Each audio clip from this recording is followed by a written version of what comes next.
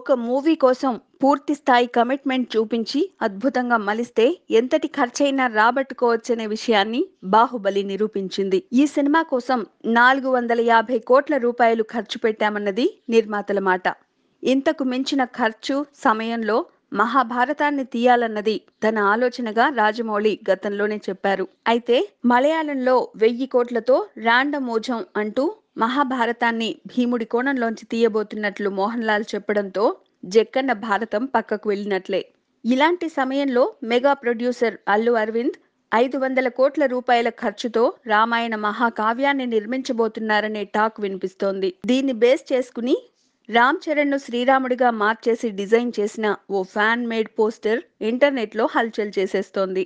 మగధీరలో Ram Charan face ను రాముడి getup లోకి మార్చేసి పోస్టర్ ను డిజైన్ చేశారు. 500 కోట్ల budget 3D movie Ram Charan as Rama.